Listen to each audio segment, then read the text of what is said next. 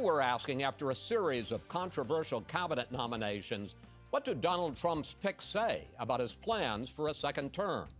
Then, unofficial and unorthodox, why Trump is doing his own thing, even skipping FBI background checks to get his team in place.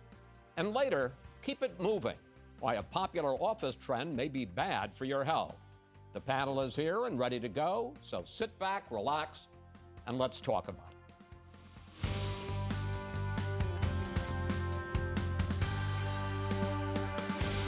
Up first, Donald Trump shaking up Washington more than 2 months before he takes office.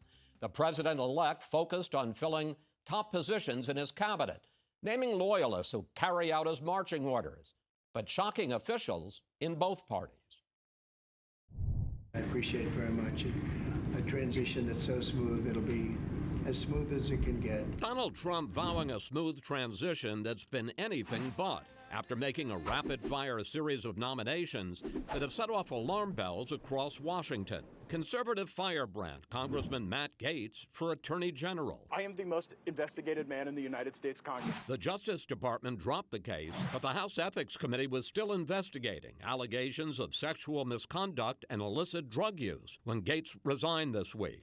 For Defense Secretary, Fox News personality Pete Hegseth, who served with distinction in combat, but has no experience in global affairs. Being a cable news host does not necessarily qualify you to be Secretary of Defense. And anti-vaxxer Robert Kennedy Jr. to head Health and Human Services. There are entire departments, like the nutrition departments at FDA, that have to go. An avalanche of shocking appointments that has the newly minted Senate Republican leader John Thune arguing this is what Americans voted for. President Trump had a huge mandate. The people in this country want change.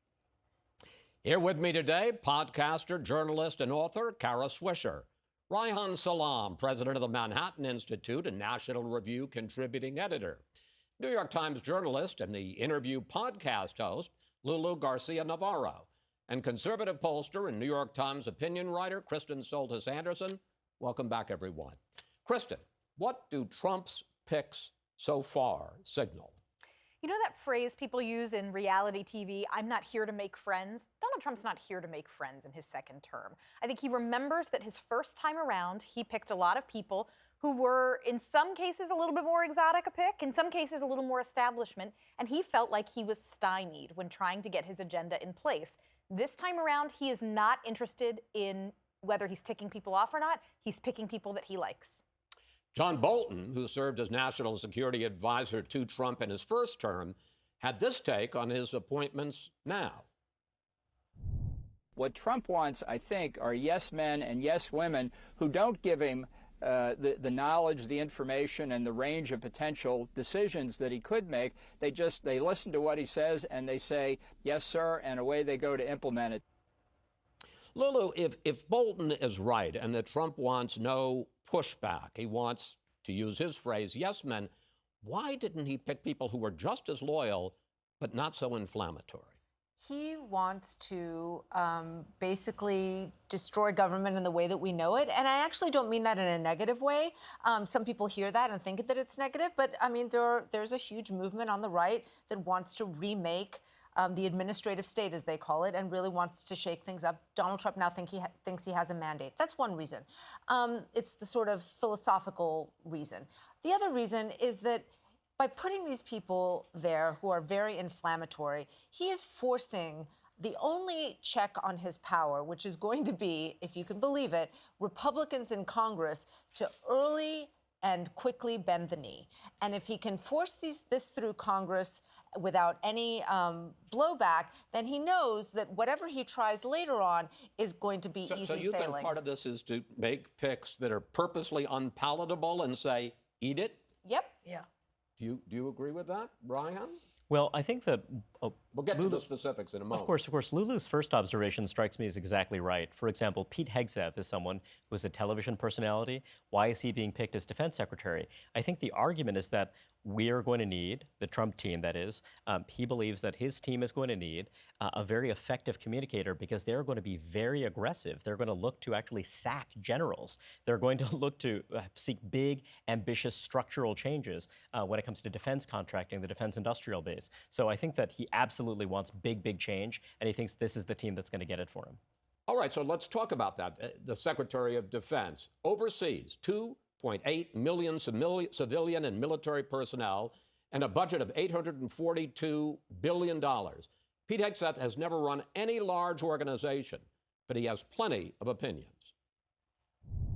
Any general that was involved, general, admiral, whatever, that was involved in any of the DEI woke it's got to go. I'm straight up just saying we should not have women in combat roles. Diversity is not our strength, Hugh. I mean, this is the kind of thing these generals peddle. Pete Hegseth, Kara? Yeah, I have a cold. I'm really sorry. Yeah, it's like the Star Wars cantina here. I don't know who's going to come up next. He's doing it all for show and to create a TV show in a way. It feels a little like The Apprentice to me. And he just wants to, he's going to make all the decisions anyway, so he has all these people I have to say, you're doing a pretty good at Robert F. Kennedy Jr. Thank you impression. very much, except I do vaccines and... Well, I mean, doesn't that bother you, Reihan, the fact that this is a guy, I mean, it's the biggest organization in America. So why would you put a guy who's never run anything? Look, let me be clear. Pete Hegseth served in the military with distinction, received 2 Bronze Stars. I'm in no way denigrating his service, but this is a job, a big job for somebody who knows how to run a big organization. It's a really big organization, and it's an organization where that deputy, the Undersecretary of Defense for Policy, there are a lot of roles there that are going to be really important when it comes to the nitty-gritty of how that place is governed. The question is whether you need an effective communicator who is aligned at the top of that organization. Pete Hegseth is not the person I would have picked, but I do believe that they do have a big communications challenge ahead, and I think that that's what he felt he did not have during his first presidency. Effective communicators who could take heat and then advance a really different radical argument. Make the counter-argument that what he didn't have in his first term were people who would bend the knee or salute smartly and say, yes, sir. I mean, we know how many times Defense Secretary Jim Mattis pushed back on Trump initiatives in national security. Is that what he's looking for? Well, another view is that Secretary Mattis was someone who's a creature of the Defense Department, of the defense establishment, and someone who is not looking to disrupt it, but rather someone who's looking to protect it from what he saw as a disruptive president. Needless to say, from the perspective of that president, he didn't love that idea. Question here, though, and I really am curious about this. How I understand the need to disrupt and destroy, that this is the mandate, but how is this going to protect America? The Defense Department is very crucial. I have a limited understanding, having been a foreign correspondent for most of my career, in actually protecting Americans and their lives. So it's a great question, and I think part of the reason why somebody like Pete Hegseth gets picked, even though he is mostly known to viewers of this show probably as a TV host, is not just that he's loyal, but that he's aligned. I don't think it's just that Donald Trump is picking people who are empty vessels who will just say, yes, sir, whatever you want. Pete Hegseth is somebody who has a very extensive public record of what he thinks about defense, the need to refocus the Pentagon on being the most lethal warfighting machine in the world. And so I don't think it's just that he's somebody who will say yes, sir, to Donald Trump. I think it's that Donald Trump and Pete Hegseth agree on what the Pentagon ought to look like. All right. One more. Matt Gaetz for Attorney General. Yeah, I don't know. I'm so glad I have laryngitis right now because the things I could say. I think these are all unctuous toadies, every one of them, almost completely. And they'll do what he says, and that's really pretty much it. And Donald Trump will run everything from the White House. And he wants utter control, which is why he's doing the same thing with the Senate. He wants complete control of the entire process. And I understand that they're aligned.